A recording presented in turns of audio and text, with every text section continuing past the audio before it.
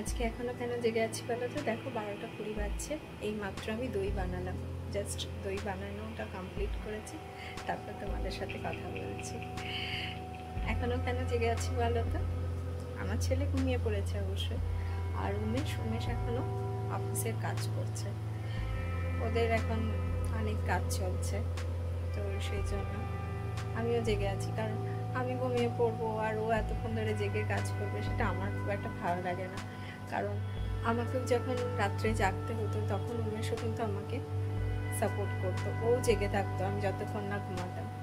তো এখন ওর যেহেতু কাজের প্রচুর চাপ চলছে, ওদের টিম সব জেগে রয়েছে, সবাই কাজ করছে, সেই কারণে আমিও জেগে আছি, আমিও ঘুমাইনি। ছেলেকে ঘুম পাড়িয়ে দিয়েছি, মোটামুটি ঘুমিয়ে আছে।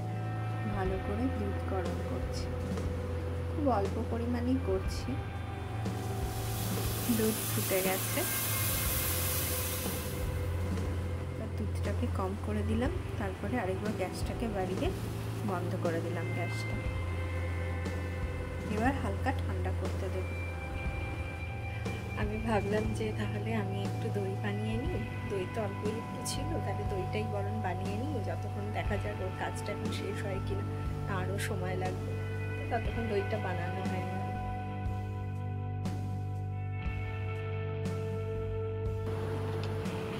যে বাকি যে দইটা আছে না, এটার মধ্যে মিক্স করে দেবো আমি।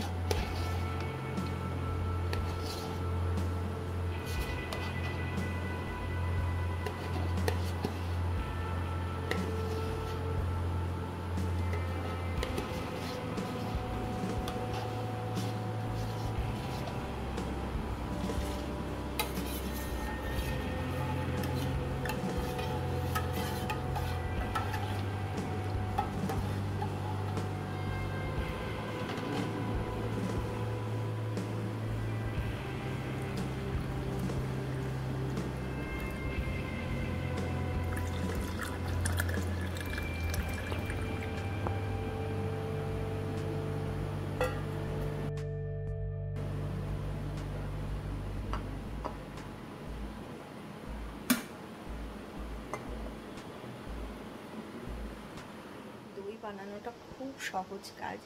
আর জানো তো, প্রথম দিকে আমি খুব ভয় পেতাম, আমি দই বানাতে পারতাম না। তারপরে আমার দিদি আমাকে শিখিয়ে দিয়েছিল, বেসিক্যালি আমার দিদিই আমাকে শিখিয়েছে যে দই কীভাবে বানাতে হয়।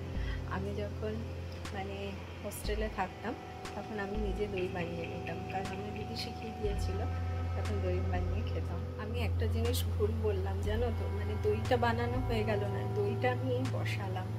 এবারে এই এখন রাত্রি 12টার সময় বসেছি, তো এখন মোটামুটি 6 থেকে 7 ঘন্টা লাগবে এটা বসতে, তারপরে বাকি কাজটা করবো। তো কাল সকালবেলা তোমাদেরকে দেখাবো যে পরবর্তী আপডেটটা।